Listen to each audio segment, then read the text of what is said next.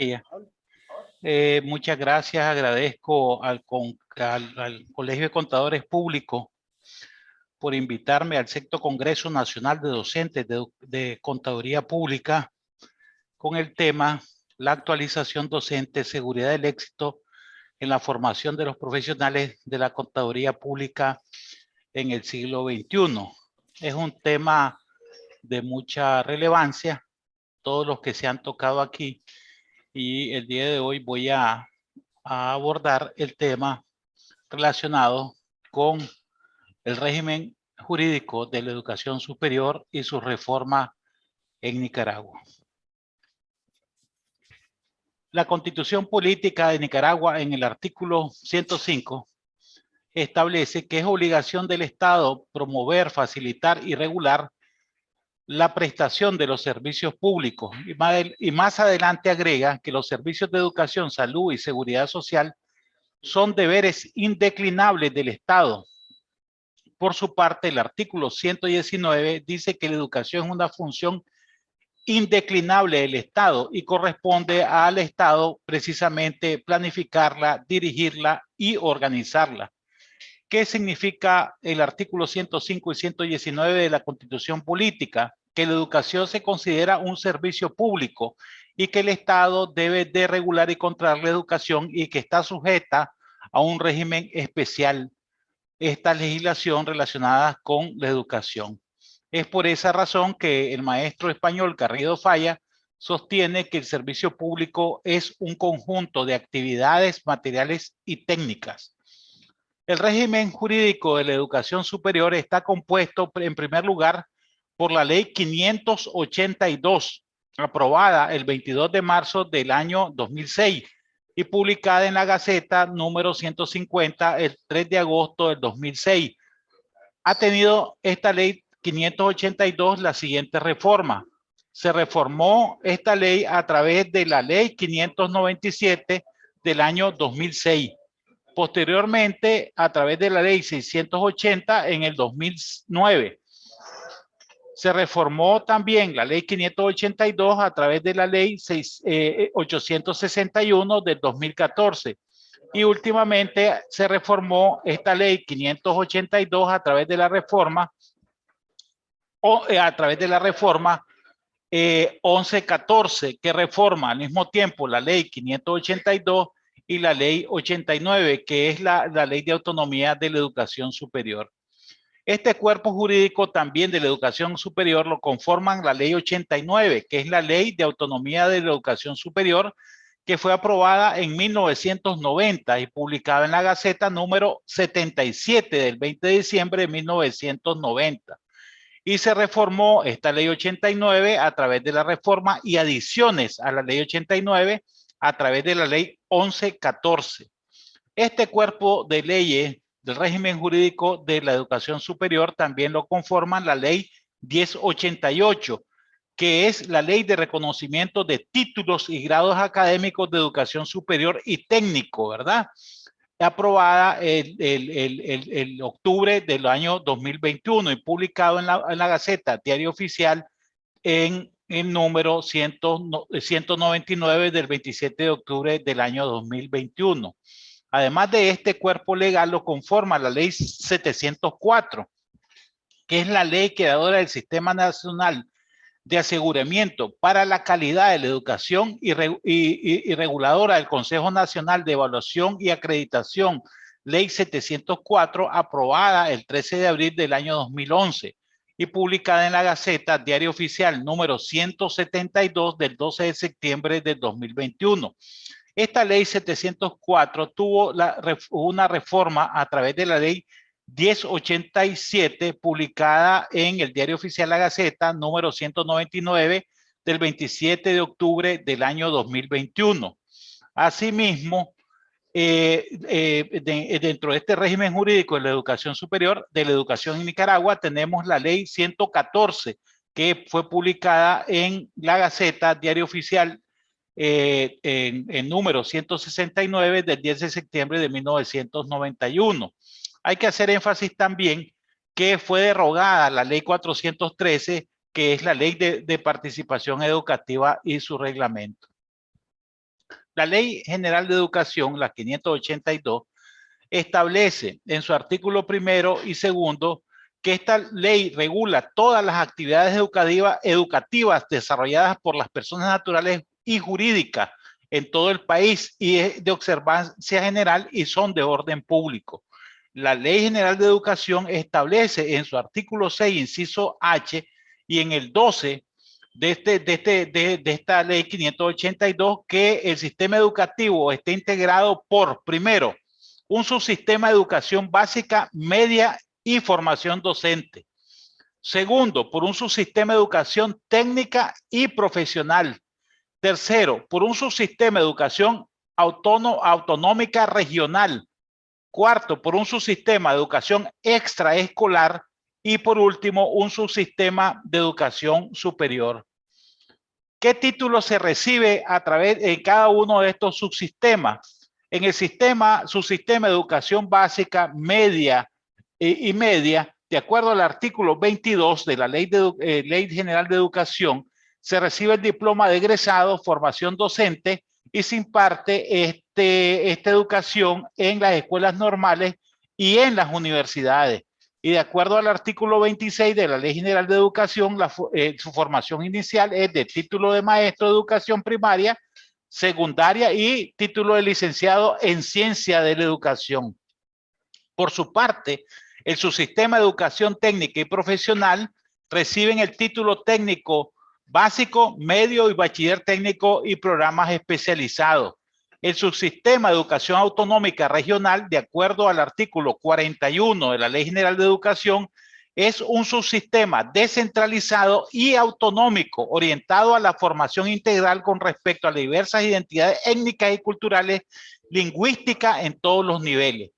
El subsistema de educación escolar está comprendido en el artículo 43 de la Ley 582 y se diferencia de la educación escolar en que la educación extraescolar no ofrece ni entrega grados académicos, grados, créditos ni títulos, no obstante de conformidad a las disposiciones del órgano rector del servicio educativo, corresponde y permite al educando que varios certificados de asistencia a cursos y eventos de capacitación le sean acreditados a cursos o carreras de la educación escolar. La organización de los subsistemas se lleva a través de instancias, niveles y modalidades integradas y articulados vertical y horizontalmente para garantizar la formación progresiva del ciudadano nicaragüense. Tanto la Constitución Política de Nicaragua como la Ley 582 establece que se pueden gestionar centros de educaciones privados por personas naturales y jurídicas y que deben ser autorizados por el Ministerio de Educación. En los casos, lógicamente, de los colegios privados, reciben la autorización del Ministerio de Educación y son supervisados por este ministerio.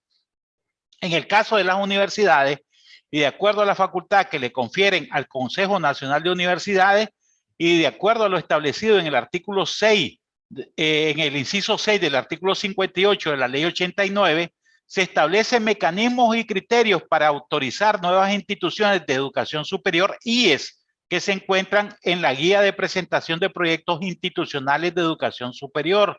En este caso, para personas jurídicas que quieren abrir una universidad, se presenta ante el CNU y se presentan estos programas con una guía que lo proporciona el CNU en caso de aprobación de estos diseños curriculares y módulos de estas carreras de pregrado y posgrado. El CNU aprueba esta nueva universidad, esta nueva IES, esta nueva institución de educación superior y posteriormente envía a la Asamblea Nacional para que se apruebe esta Asamblea Nacional la personalidad jurídica y inscriba en el Ministerio de Gobernación, donde se le asigna un número perpetuo y luego de una vez acreditada, una vez aprobada esta universidad, es evaluada por el CNEA, el Consejo Nacional de Evaluación y Acreditación, de acuerdo a la Ley 704 y su reforma a través de la Ley 1087. En el caso de la Ley 1087, pues una vez evaluada esta universidad, hay diferentes categorías que se dieron a través de la reforma la 1087, y se establece que la universidad puede salir óptima cuando tiene todas, óptima es cuando saca todos los mínimos, o puede ser que le dé un plazo de 3 años para enmendar los mínimos que establece la ley 704. Ahora, el subsistema de educación superior está consignado en la ley 582, en el artículo 48, y dice que se rige por la ley 89, que es la ley de autonomía de la educación superior, y en este caso por sus reformas y adicciones que se dieron en el mes de octubre del año 2021, del 28. Y de acuerdo a la ley 89 y de acuerdo a la reforma a esta ley y sus adiciones, el Consejo Nacional de Universidades regula las universidades, centros de educación técnica superior legalmente constituidos que tienen personalidad jurídica, y con la reforma del artículo 4 se establece que también no solamente va a regular como lo establecía primeramente en la ley 89 aprobada en 1990 las universidades estatales, sino que se adiciona que también van a ser reguladas por el CNU las universidades comunitarias e interculturales. Y además se adiciona que van a ser reguladas por el CNU los centros e institutos de estudios e investigación creados por ley y facultados para emitir títulos y grados académicos. En este caso, también hay que hacer énfasis que se reformó la ley 582 y los artículos 81 y 82 de la ley de educación superior se reforma a través de la ley 867, y desde esa reforma ya los institutos y centros de educación superior solo pueden entregar grados académicos de posgrado siempre y cuando estén adscritos a una universidad. Además de esto, como lo establece la ley 89, el Consejo Nacional de Universidades regula las universidades estatales, las universidades privadas y los centros de educación superior, ¿verdad? Ahora, el 30 de octubre de 1995 se publicó en la Gaceta número 203 un reglamento de funcionamiento del CNU, y en el artículo 26 dice que las universidades y centros de educación técnica superior legalmente establecidos podrán otorgar grados académicos y expedir títulos correspondientes de acuerdo con las disposiciones reglamentarias. Los títulos que acreditan los grados académicos son documentos públicos autenticados, y de acuerdo a la ley, al artículo 26, el CNU reconoce los siguientes grados académicos de acuerdo al reglamento de funcionamiento del CNU, que son técnico superior, licenciado, magíster y doctor.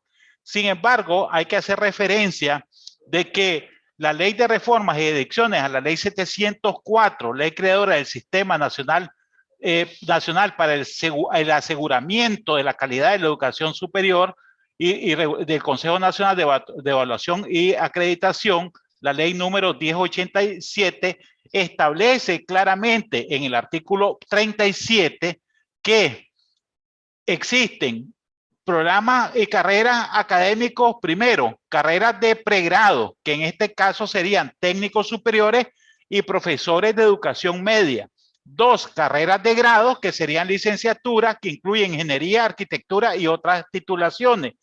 3, carreras o programas de posgrado profesional, especialidad y maestrías profesionales. Y 4, programas académicos o de investigación, maestrías académicas y doctorado. Sin embargo, la ley de reconocimiento de títulos y grados académicos de la educación superior, la ley 1087, establece otra tipología de grados académicos, y solamente para esos efectos, dice el artículo 4 de la ley 1088, dice claramente que para los efectos legales de esta ley, el Estado solamente reconocerá como grados académicos lo siguiente: en el nivel de pregrado y grado, técnico superior; B, licenciado, médico, arquitecto e ingeniero; en el nivel de posgrado, especialista, máster y doctor.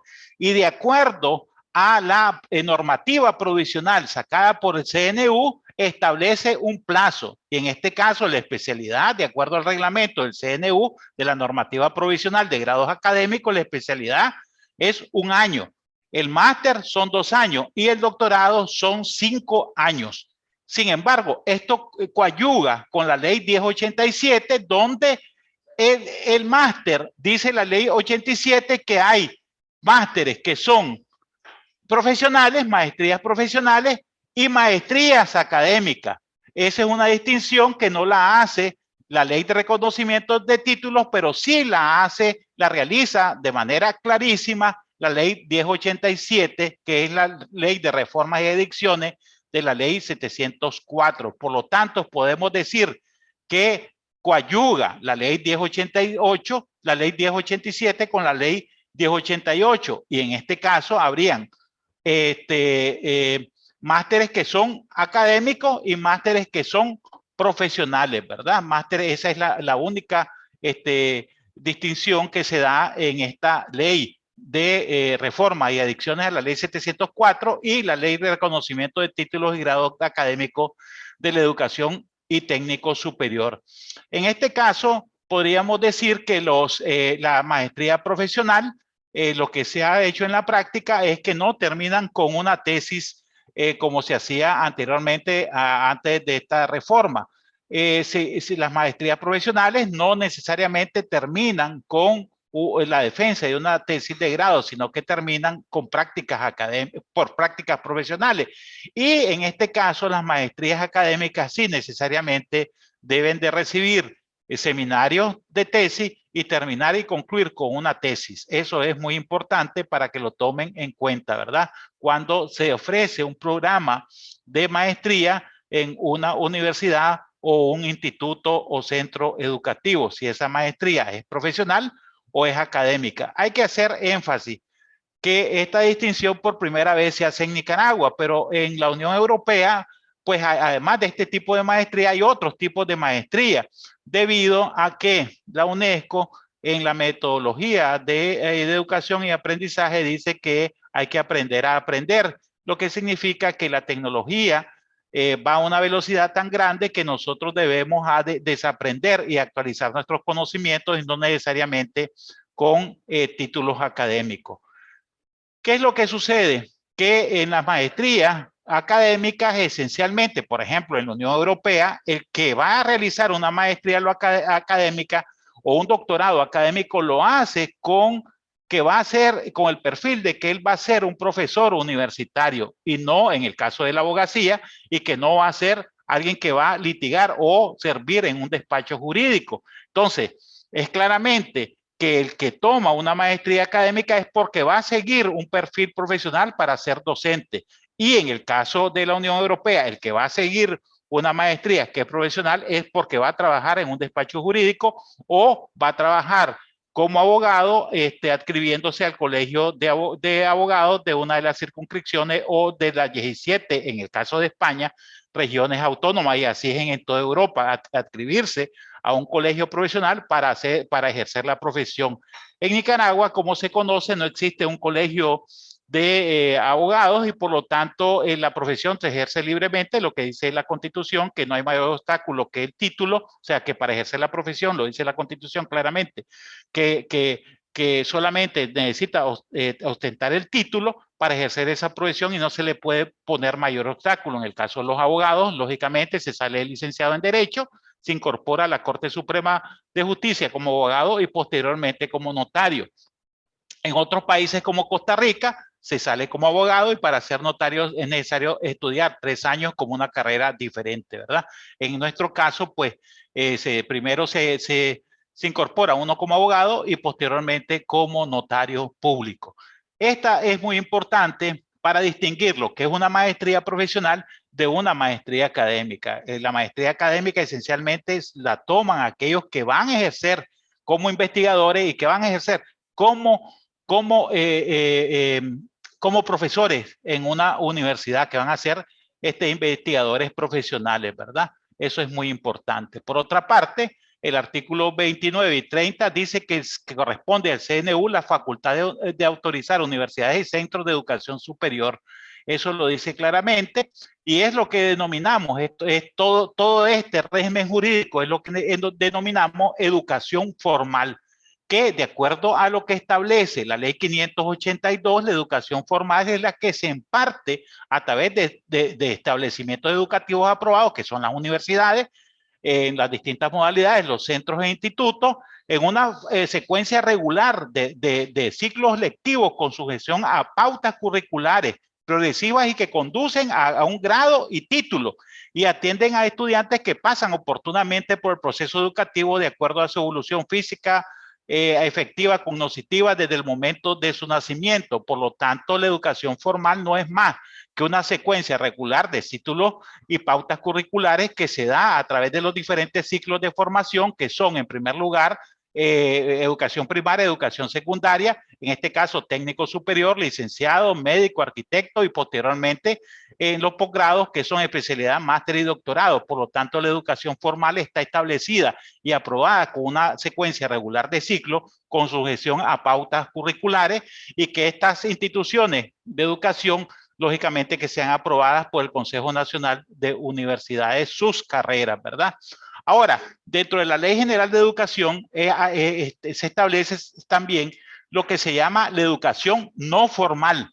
La educación no formal establece el artículo 6, inciso K, y el artículo 45 y 47 de la Ley General de Educación es la que se ofrece con el objetivo de complementar, actualizar, suplir conocimiento y formar en aspectos académicos o laborales sin sujeción al sistema de niveles y grados académicos. Y esta modalidad incluye, por ejemplo, círculos de estudios, talleres, diplomados, etcétera, ¿verdad? Que se da a través de un proceso de actualización y complementación solamente.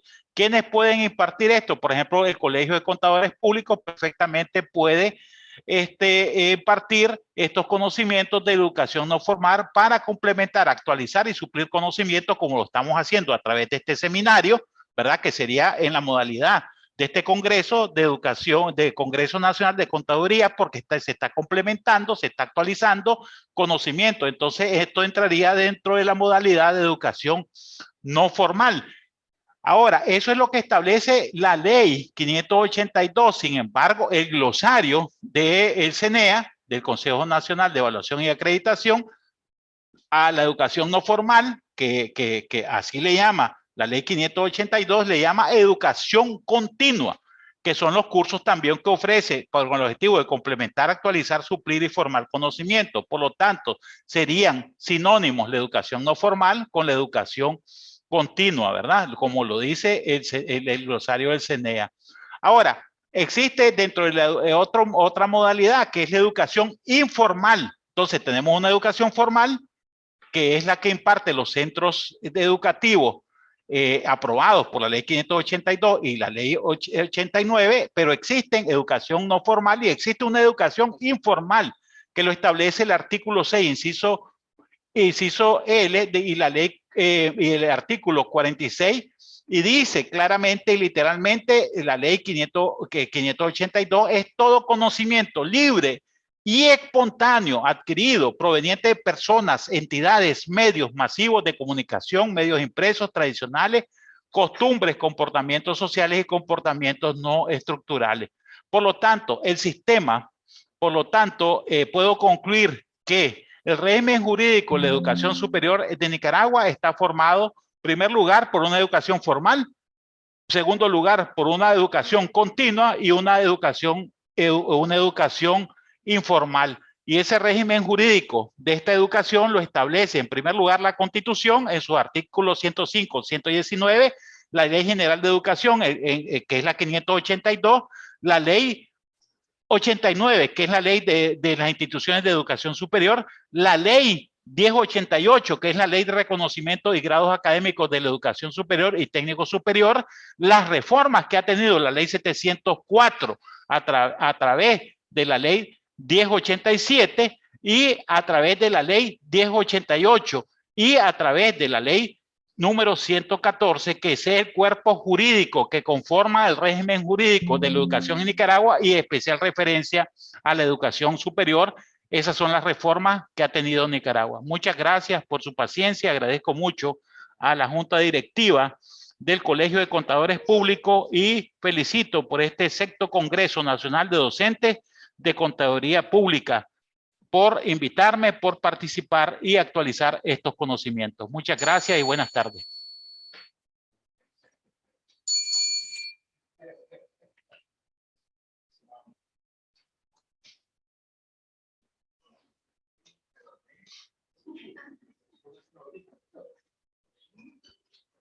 Sí.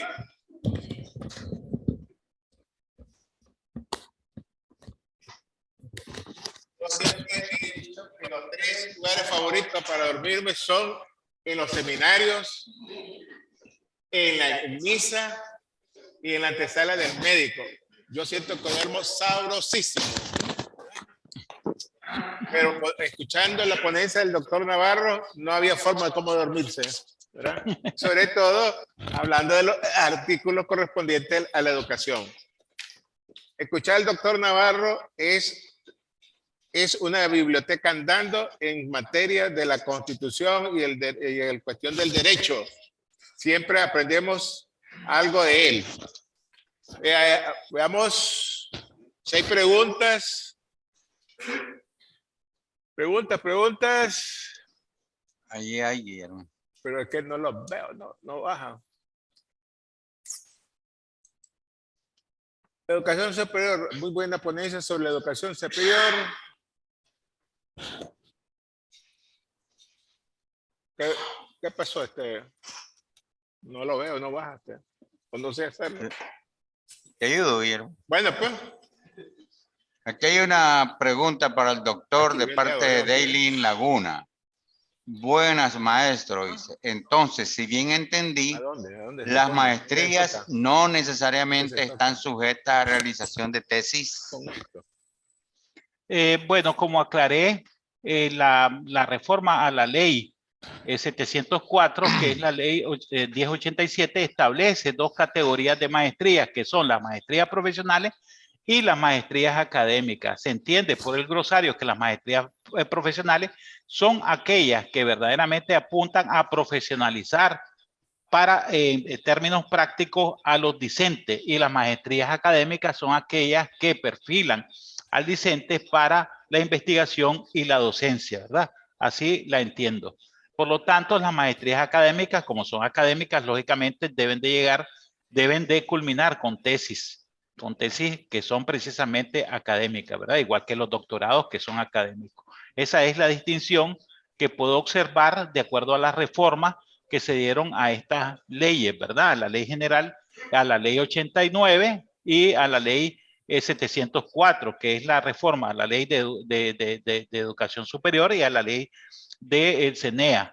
Entonces hay maestrías que son académicas y maestrías que son profesionales.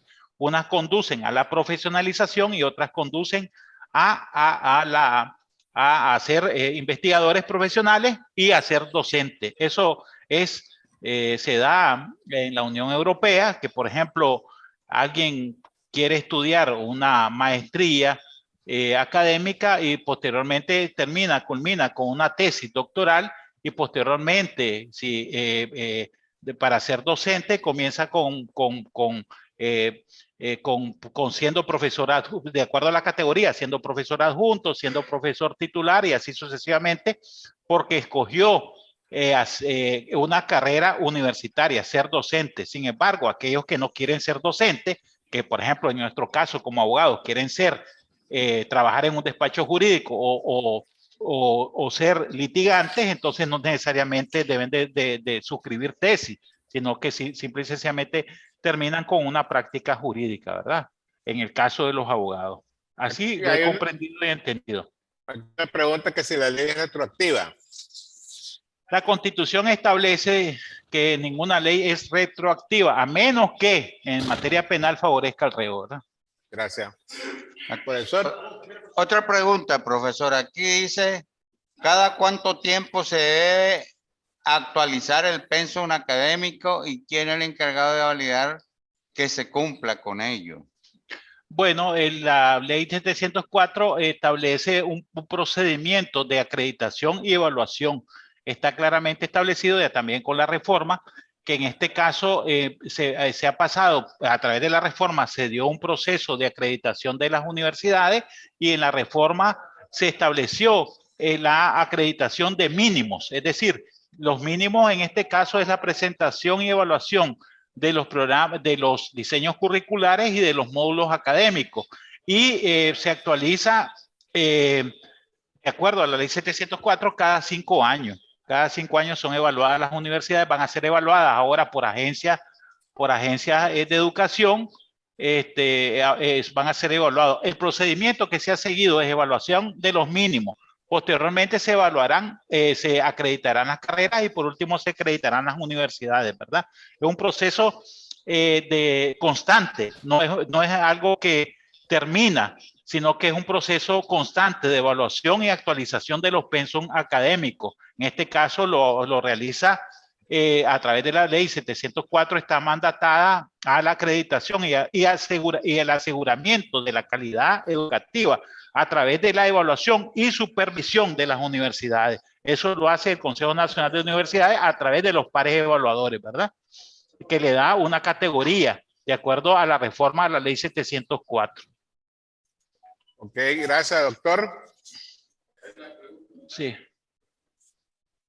Que si el CNU regula los honorarios de los maestros por rango académico o cada universidad es libre de lo que propone. Bueno, la ley 704 establece claramente que las universidades deben de tener un 30% de profesores de tiempo completo con contratos laborales.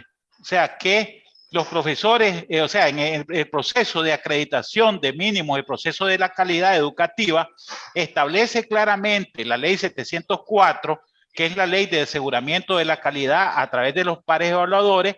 En ese proceso de verificación, las universidades deben de presentar una planta docente de tiempo completo, ¿verdad?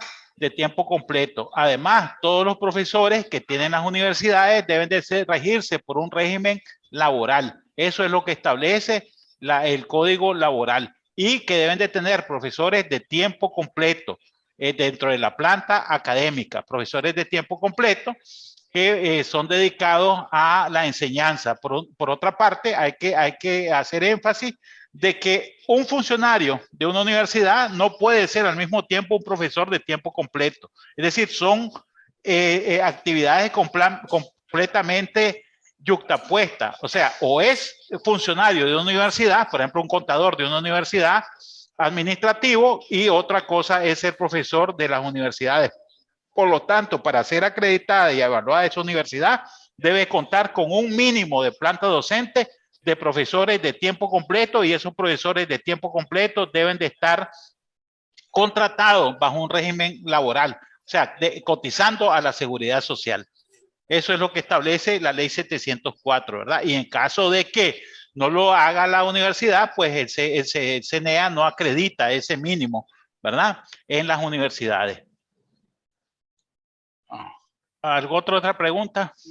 Aquí dice que hay universidades que no cumplen con eso del 30% de profesores de tiempo completo, y que eso tienen que hacer en ese caso. Bueno, entiendo yo que esa información solo la puede tener el CNEA, no la puede tener un sujeto privado.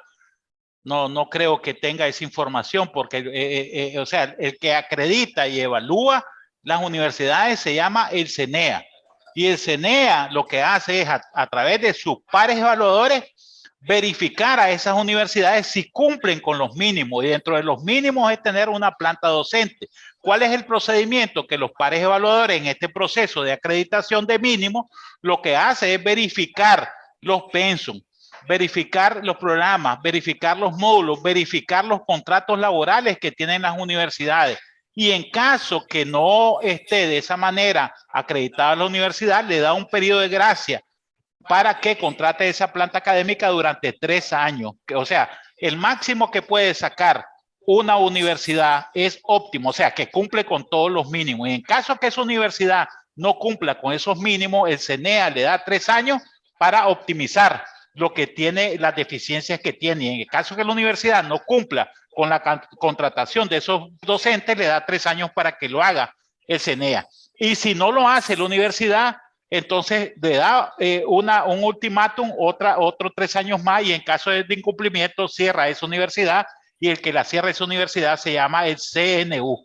Entonces, ir un oficio, el CNEA, que no está cumpliendo con los mínimos de calidad, y el CNU, pues de acuerdo a lo que establece la ley 89, que el CNU es el que autoriza las universidades y el que cancela las universidades, manda un oficio el CNU a la Asamblea Nacional diciendo que la universidad X no ha cumplido con los mínimos de calidad establecidos en la ley 704 y que pide a la Asamblea Nacional que le cancele la personería jurídica, le cancela la personería jurídica a la Asamblea Nacional, en este caso, y manda un oficio al Ministerio de Gobernación para que le quite el número perpetuo, ¿verdad? Sin embargo, eso es lo que establecía. Sin embargo, a través de la reforma de la ley del Ministerio de Gobernación, el día de hoy esa facultad la tiene potestatada el Ministerio de Gobernación, que cancela automáticamente la personería jurídica sin pasar por la Asamblea Nacional.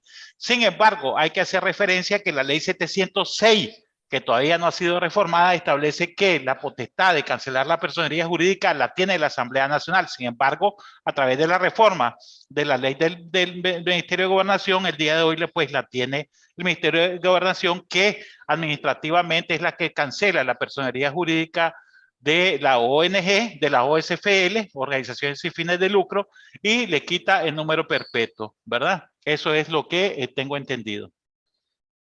Que si hay una ley que regule los costos. Sí, hay una ley que regula los costos, efectivamente, pero de los títulos. Sí, de los títulos. De los títulos, sí, dice. que vale, no, en los títulos, es la ley, establece que el título debe costar 1.500 córdobas.